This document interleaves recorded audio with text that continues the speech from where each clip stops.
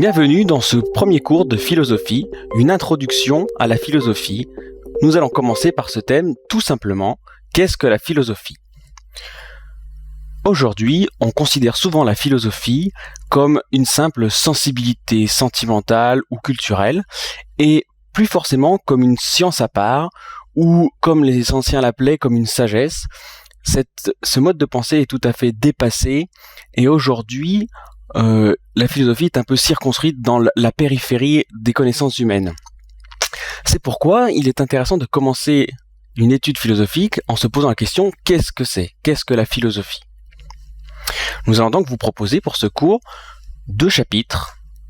Le premier chapitre sera l'étude de la nature de la philosophie. Ensuite, nous allons étudier la philosophie face aux autres sciences. D'où vient d'abord le mot philosophie ? C'est Pythagore qui aurait créé le terme.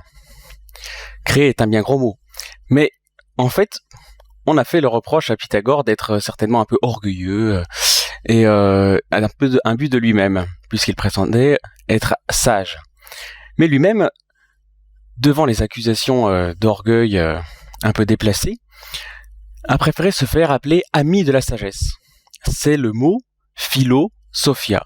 Philo, l'amour, sophia, la sagesse. C'est Aristote qui nous raconte cette anecdote. Il semblerait que philosophie soit née chez Pythagore. Entrons maintenant dans le vif du sujet. Pourquoi la philosophie ? Toujours au dire d'Aristote, la philosophie est née chez l'homme, chez nous, à cause de ce désir inné de comprendre les choses que nous avons tous en chacun de nous. Un désir inné dans la nature humaine qui se situe en fait dans l'intelligence. La question du pourquoi. On sait bien aujourd'hui qu'un petit enfant passe la plupart de son temps à poser la question à ses parents, pourquoi est-ce que ceci, cela, pourquoi maman ou pourquoi papa. En fait, cette traduction chez l'enfant, lorsqu'il grandira, on peut traduire ce questionnement par un réel désir poussé, par l'étonnement devant tout ce qui nous entoure. Et encore aujourd'hui, dès qu'il s'agit de réfléchir sur quelque chose, dès que nous avons un raisonnement construit, c'est en réalité pour répondre à la question « pourquoi ?». Il suffit de se réfléchir un peu sur soi-même. Donc c'est un appétit de comprendre qui a créé, entre guillemets, la philosophie et qui a amené des penseurs à se consacrer à cette science. En effet, dans l'homme, il y a une hiérarchie de la connaissance. La connaissance possède différents degrés. D'abord, la connaissance qui nous vient par les sens. C'est une sensation.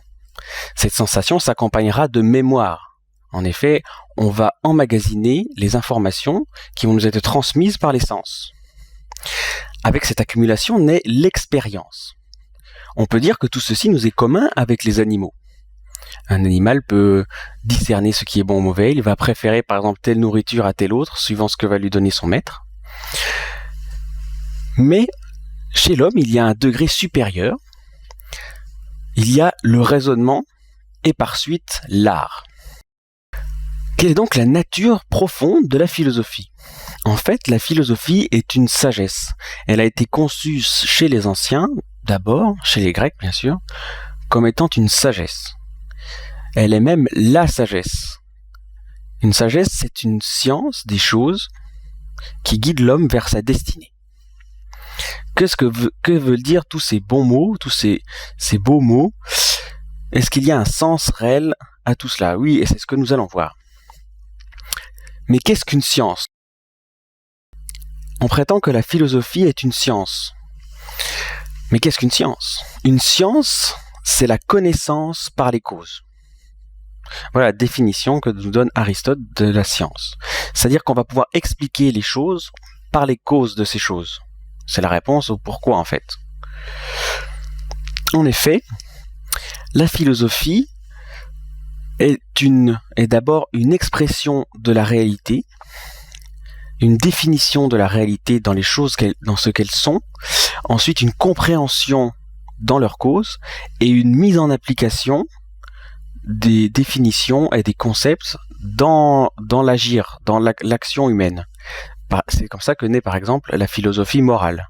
On ne fait pas d'abord de la philosophie morale, on va d'abord faire de la philosophie spéculative, c'est-à-dire de la philosophie analytique de la réalité, avant de pouvoir entreprendre d'édicter une sagesse pratique. C'est pour ça que la philosophie se distingue en deux sciences particulières, la philosophie spéculative et la philosophie pratique.